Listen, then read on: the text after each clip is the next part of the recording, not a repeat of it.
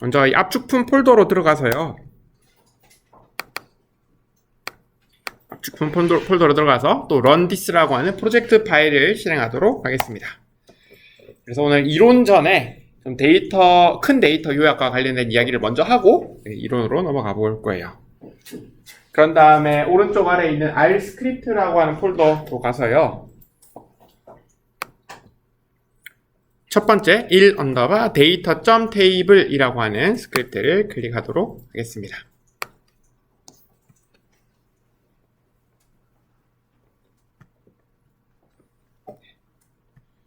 오늘도 역시 우리가 조교가 없기 때문에 알아서 옆에 있는 사람, 뒤에 있는 사람, 앞에 있는 사람한테 물어보면서 안 되는 거 있으면 같이 좀 진행하도록 할게요.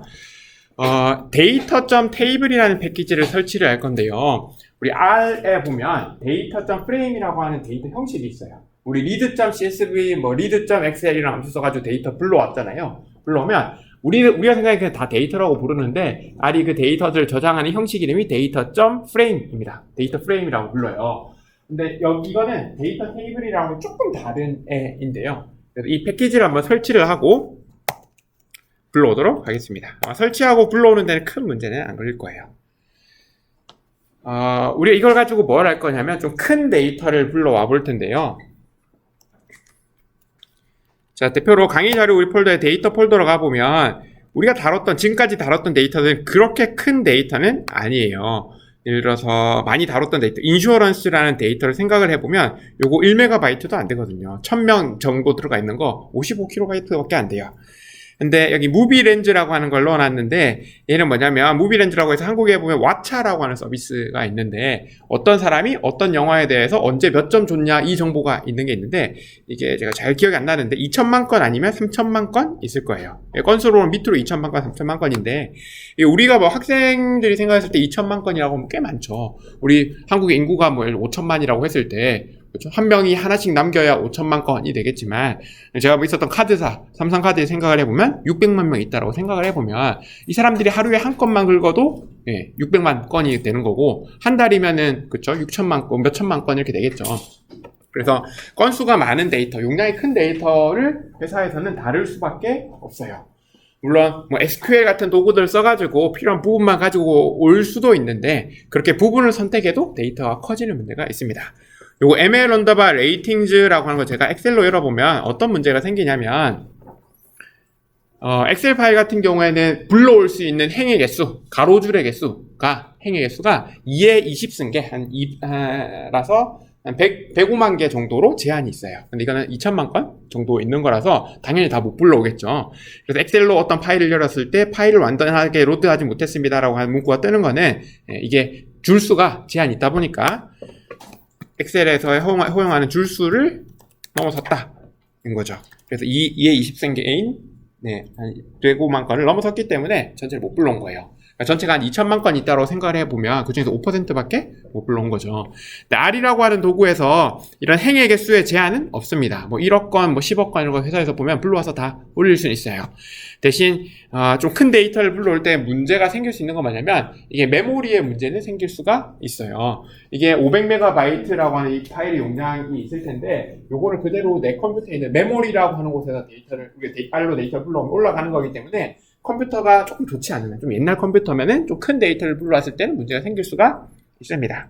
근데 지금 이 한 500MB 정도 되는 데이터 같은 경우에는 아마 여러분의 어떤 컴퓨터든 큰 문제 없이 불러올 수가 있을 거예요. 근데 이걸 예를 들어서 read.csv 함수를 가지고 불러올 수 있을 텐데요. 요거는 제가 한번 미리 좀 실행을 해 놓아 볼게요. 밑에 제가 일부러 주석 처리를 해놨는데 여러분은 실행하지 마시고요.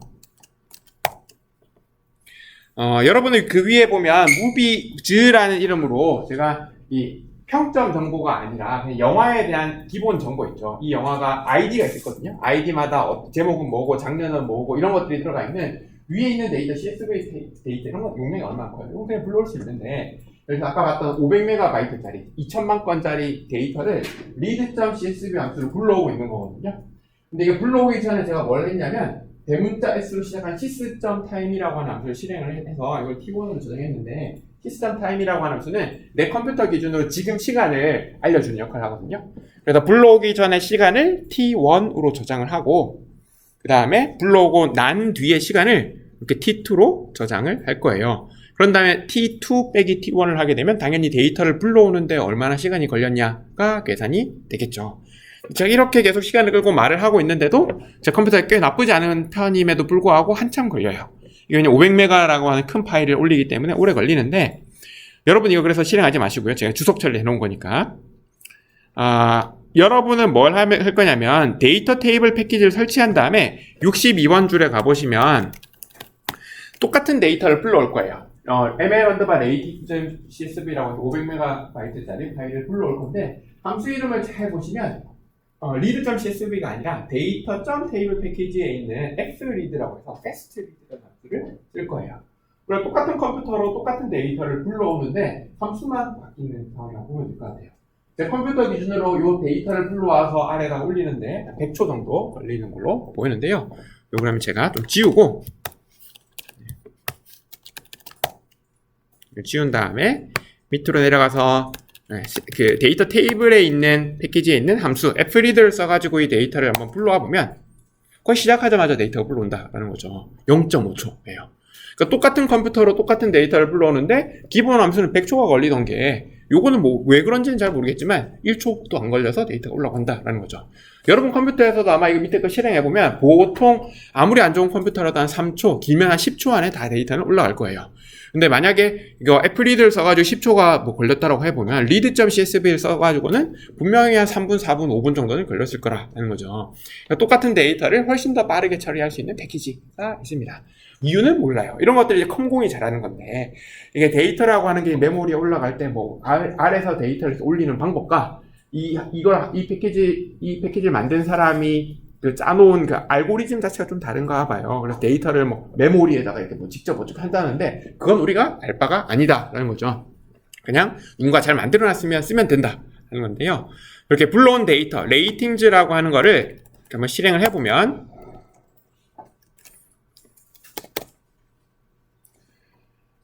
우리가 데이터 프레임으로, 그러니까 read.csv든 read.excel로 가지고 불러와서 데이터를 실행을 하면은 막 위에서부터 쭉 뜬 다음에 밑에 몇 개가 더 있어 이렇게 오류 문구가 떴었거든요. 근데 데이터 테이블로 데이터를 불러온 다음에 저장하게 되면 위에서 우리가 그 데이터를 그냥 실행을 해도 위에 있는 거 5개, 마지막에 있는 거 5개 이렇게 이쁘게 보여주는 걸 볼 수가 있습니다. 그래서 위에 보면 유저 아이디, 무비 아이디 이런 변수들이 있어서 어떤 사용자가 어떤 영화에 대해서, 몇 번째 영화에 대해서 레이팅 몇 점을 줬는데, 뒤에 있는 타임스탬프는 이게 시간이거든요. 우리가 나중에 변환을 할 수도 있지만 그냥 시간이 있다라고 볼 수 있습니다. 이런 식으로 2천만 건의 정보가 있는 게 레이팅즈라는 데이터다라고 보면 돼요. 그래서 지금 우리가 이렇게 데이터를 불러왔는데, 좀 이제 문제점은 뭐냐면, 우리 read.csv 데이터 불러온 다음에 어떻게 했냐면 dplyr 패키지 가져와가지고 뭐 요약 같은 거 했죠. 그룹별로 평균 구하고 건수도 재고 했잖아요. 근데 이 데이터에 대해서도 똑같이 dplyr 패키지를 쓸 수도 있는데, 데이터 테이블이라고 하는 패키지가 나온 게 데이터만 빨리 가져오겠다라는 건 아니고요. 데이터 요약도 할 수 있도록 만들어놨어요. 근데 사용 방법은 조금 다를 겁니다. 대신 사용 방법이 좀 복잡하고 어려울 수는 있지만 그만큼 또 속도는 빨라요. 똑같은 데이터를 가지고 아래에서 처리를 하고 요약을 하는데, 우리가 기본 함수로 써둔 거 혹은 dplyr 쓰는 방법보다 데이터 테이블의 속도가 엄청 빠른데, 특히 차이가 많이 나는 거는 데이터 결합 부분이에요. 이게 우리가 그냥 단순 요약 같은 거, 여기서 예를 들어서 사용자별로 영화 평점 건수가 몇 건 있을까요? 혹은 영화별로 평균 점수가 몇 점 될까요? 이거는 엄청 간단한 요약이거든요. 근데 여기 뒤에 보면 우리가 위에서 먼저 불러온 데이터가 무비즈라는 데이터가 있잖아요. 거기에 데이터에 보면 무비 아이디라는 변수가 있어가지고 이 아이디마다 이름은 뭔지, 장르는 뭔지 이런 데이터가 있을 거예요. 이걸 뭐 결합을 해가지고 정보를 뭔가 만든다고 생각을 해보면 이게 생각보다 큰 작업이에요. 하나의 데이터를 가지고 작업을 하는 게 아니라 두 개의 데이터에 대해서 이게 짝 찾기를 해야 되니까 복잡한 작업이에요. 근데 이 데이터는 또 그래도 뭐 크지 않은, 사실은 두 데이터가 그렇게 크지 않은 거랑 문제가 안 되는데, 그래서 제가 롯데멤버스에서 녹음이 돼 있어서 좀 회사 이름 말하면 안 되지만 모 유통사에서 이제 추천 알고리즘 만들 때 상품끼리 어떤 A라는 상품을 본 사람이 또 다음 상품을 뭘 봤냐, 혹은 뭐 구매할 것 같은 상품이 뭐가 있냐, 이런 목록 같은 거 만들 때도 이게 이런 이 데이터 결합이 좀 필요하거든요. 알고리즘 직접 만들다 보면. 근데 결합을 한다라고 했을 때, 기본 함수를 써가지고, 예를 들어 데이터를 결합을 한다라고 했을 때 예상 시간이, 예를 들면 그냥 이게 산술적으로 계산했을 때, 막 1000시간, 몇백 시간 이렇게 걸리던 것들이 데이터 테이블의 방법으로 결합을 하게 되면 3분이면 끝나요. 이런 이야기가 가능하다라는 거예요. 똑같은 데이터를 가지고 똑같은 컴퓨터를 작업하는데 속도가 워낙 빠르기 때문에 좀 여러분이 나중에 회사를 들어가서 뭐 엑셀로 열어서 작업하고 있는 파일들은 그냥 DPLY로 하면 되지만 뭐 유통사라든가 뭐 이커머스사라든가 뭐 카드사라든가 금융권이나 가가지고 전체 계약권이라든가 전체 구매권이라든가 많은 M로그 같은 거 엄청 건수가 많은 것들을 처리할 때는 무조건 이 패키지를 쓰는 게 좋습니다. 그래서 이 패키지의 사용법이 상당히 까다로운 편이라서 우리 라이브러리 데이터 테이블 했을 때 보면 이렇게 사이트 주소 같은 것들로 막 나오고 그러거든요. 원래는 처음 나왔을 땐 얘가 너무 특이해가지고 사람들이 어떻게 쓸 줄 모르니까 뭐 강의도 따로 있고 했는데 지금은 좀 사용법이 많이 정리가 된 편이라서 괜찮긴 한데요. 나중에 이런 사이트에 들어가 보시면 또 사용 방법들이 있을 겁니다. 근데 우리는 아주 기본적인 것들만 같이 한번 이야기를 해볼게요. 그래서 오늘의 컨셉이 원래는 좀 복잡한 알고리즘이지만 좀 현실적인 기업에서의 데이터 분석이라는 주제로 보는 게 조금 더 맞을 것 같아요. 그래서 현실적인 기업에서 보면 우리가 배운 알고리즘, 뭐 회계 모형, 의사결정 나무 모형, 그것보다 훨씬 더 복잡한 알고리즘을 쓰는데 알고리즘뿐만이 아니라 데이터를 처리할 때도 조금 다른 방법을 쓸 거다라고 하는 거 기억해 주면 좋을 것 같아요. 네, 그래서 데이터를 이렇게 불러왔는데 요게 지금 학교 PC랑 제 노트북이랑 원격으로 이렇게 해가지고 하는데, 이제 막 둘 다 막 와이파이로 접속되어 있고 하다 보니까 이거 화면이 좀 버벅거리는데, 양해를 부탁드립니다. 근데 우리 위에 있는 무비즈라는 데이터를 생각을 해보면, 이 무비즈라는 데이터는 read.csv로 불러온 거거든요. 그렇죠? 근데 그래서 요거는 데이터 테이블의 형식으로 저장되어 있는 게 아니에요. 기본 형식인 데이터 프레임 형식으로 저장되어 있는데 요런 애 같은 경우에는 data.table이라는 함수에다가 한번 넣어가지고 원래 이름으로 저장을 하게 되면 형식이 또 바뀔 겁니다. 그래서 그런 다음에 실행을 해보면 얘 같은 경우에도 위에 영화, 제일 위에 있는 영화 5개, 밑에 있는 5개만 보여주는 데이터 테이블 형식으로 바뀔 거예요. 이건 필요한 이유가 우리 엑셀 파일을 불러올 때 이게 좀 필요한데요. 엑셀 파일은 fread라는 함수를 써가지고 불러올 수가 없어요. fread로 불러올 수 있는 건 csv 파일 혹은 텍스트 파일밖에 안 돼요. 그래서 그때는 어쩔 수 없이 read.excel로 불러온 다음에 그 다음에 얘 데이터 테이블이라고 하는 함수에다 집어넣어가지고 형식을 바꿔줄 수밖에 없습니다. 내려가 볼게요. 그래서 이 패키지를 써서 요약을 한번 해보려고 하는데 우리가 방금 불러온 영화 평점 데이터는 실습 때 사용하기로 하고요. 우리 연속성을 위해서 DPLYR 패키지를 우리 배울 때 썼던 INS라는 인슈어런스 보험 청구 데이터를 fread로 불러와서 이 데이터를 가지고 데이터 요약을 어떻게 하는지 같이 한번 살펴보도록 하겠습니다. 자주 보던 데이터죠. 계속 보던 그 데이터입니다. 이거 가지고 우리 회기 모형도 만들고 막 이런 작업들을 했는데 오늘은 데이터 테이블 패키지 사용법을 같이 살펴볼 거고요. 그 다음에 이거는 코스피 상위 50개 종목의 주가 데이터인데 이건 제가 만들어 놓은 데이터예요. 그래서 불러온 다음에 보시면 2018년 12월 기준으로 한 달치고요. 상위 50개 종목이라서 상위 50개 종목, 뭐 삼성전자부터 전력까지 그 당시에 50개 종목이 하루하루 시가는 어땠는지, 고가는 어땠는지, 저가는 어땠는지, 마지막 3시 반에 종가는 얼마에 끝났는지 이 데이터가 있습니다. 그래서 이 데이터를 가지고 또 실습을 중간중간에 하도록 하겠습니다. 이 데이터 테이블 형식으로 저장된 데이터 있죠. 그럼 ins라든가 지금 우리가 위에서 불러온 뭐죠? 가 아니라 여기에 있는 레이팅스 같은 데이터를 생각을 해보면 얘는 데이터 테이블 형식으로 저장되어 있는 앤데요. 우리가 DPLYR을 가지고 뭔가 선택을 하거나 작업을 할 때는 주로 이 흐름이 어떻게 됐냐면 DPLYR 패키지를 불러온 다음에 ins 데이터를 파이프라인으로 필터 같은 데 보내기도 하고 요거를 뭐 그룹바에다 보내기도 하고 이렇게 함수를 조합을 하는 식으로 데이터를 요약을 했는데요. 이 데이터 테이블에서는 그런 함수의 조합으로 보는 게 아니라 이게 R에서의 기본적인 데이터를 처리하는 방법인데 대괄호 안에서 인덱스를 활용하는 방법을 다시 써요. 그러니까 함수를 조합을 하게 되면 이게 가독성이 엄청 좋아요. 데이터로부터 뭘 하고 어떤 작업들을 거쳤는지 눈에 보이는 게 좋은데 그 여러 가지 단계를 거치다 보니까 느릴 수밖에 없는 거예요. 병목 현상이 생길 수밖에 없겠죠. 그래서 이 패키지를 만드신 분은 그냥 대괄호라고 하는 아래에서 기본적으로 데이터를 처리하는 방법을 좀 쓸 거예요. 지금 해볼 거는 첫 번째 관측치, 첫 번째 가로줄, 첫 번째 행을 선택하는 건데요. 요거는 원래 DPLYR에서는 어떻게 했냐면 인스 데이터를 슬라이스로 보내가지고 1 적으면 인스 데이터에서 첫 번째 관측치만 이렇게 띡 하고 나왔었습니다. 근데 그 작업을 그냥 인스 한 다음에 대괄호 열고 1만 넣으면 된다는 거예요. 이게 사실은 아래에 있는 기본 대괄호 인덱스의 방법인데요. 여기 이제 데이터 테이블에서 첫 번째 관측치를 선택하는 방법이다라는 거고요. 우리가 데이터를 불러오면 예를 들어서 nrow 한 다음에 인스를 집어넣고 실행을 해보면 관측치가 몇 개 있는지 1338이라는 숫자가 이렇게 확인할 수 있었는데요. 몇 줄짜리 데이터인지 확인할 수 있었는데 데이터 테이블에서는 저기는 nrow에서 데이터 넣었을 때 나오는 저 숫자 있죠. 1338이라고 하는 거를 .n이라고 하는 걸로 알아서 내부적으로 저장을 하고 있어요.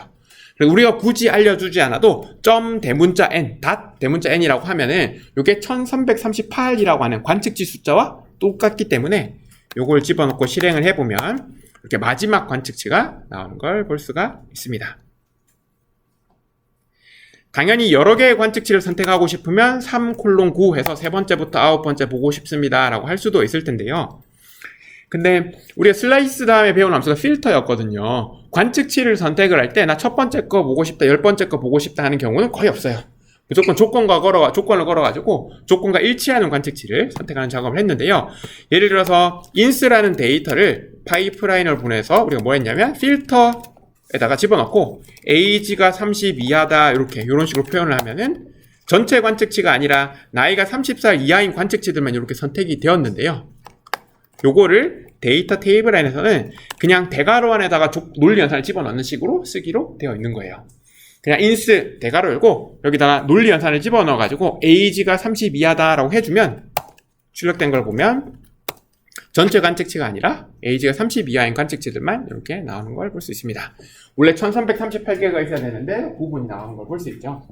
이렇게 쓸 수 있는데 그래서 우리가 필터를 쓸 때와 좀 다른 점은 뭐냐면 필터에서 조건이 여러 개 있을 때는 콤마 이렇게 나열을 했잖아요. 콤마를 기준으로 나열을 했는데 여기서는 n%, 우리가 흔히 말하는 and로 직접 연결을 해줘야 돼요.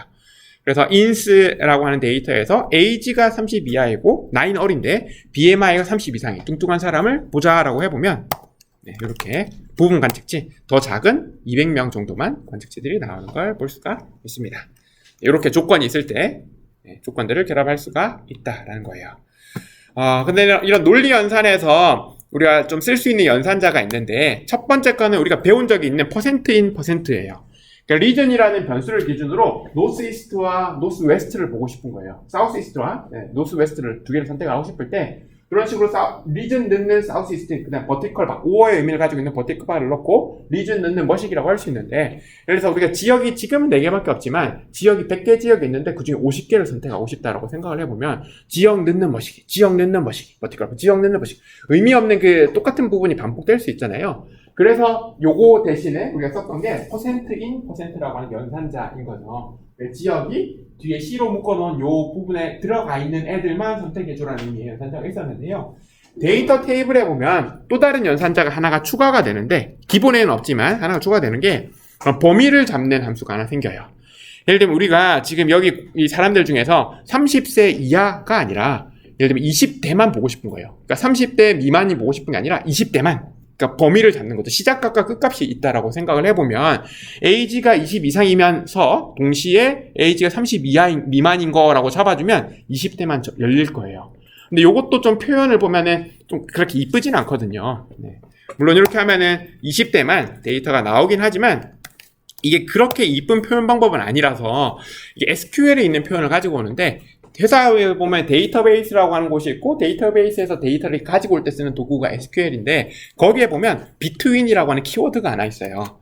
그래서 그걸 그대로 가져온 연산자가 여기 있는 %between %라고 하는 건데요. 그래서 age %between % 한 다음에 20,29.99라고 해주면 20부터 20 이상, 29.9 이하의 관측치들이 선택이 됩니다.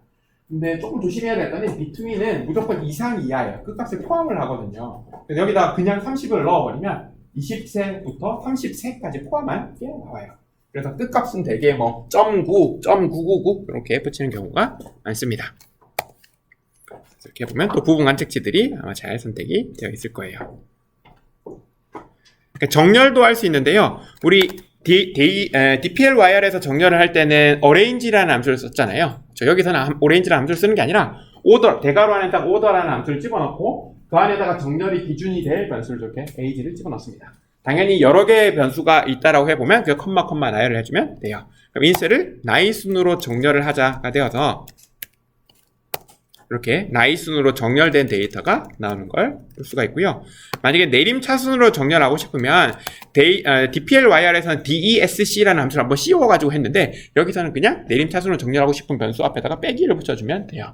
지금 나이니까 숫자니까 빼기를 붙이면 역순의 의미가 있는데 그래서 우리가 글자 같은 것들도 있을 수 있잖아요. 지역 같은 거를 뒤집고 싶다라고 했을 때도 그냥 뭐 이게 진짜 그 빼기 부호를 바꾼다는 의미가 아니기 때문에 역손이라는 의미를 가지고 있기 때문에 글자 변수에 대해서도 이렇게 빼기만 붙여주시면 됩니다.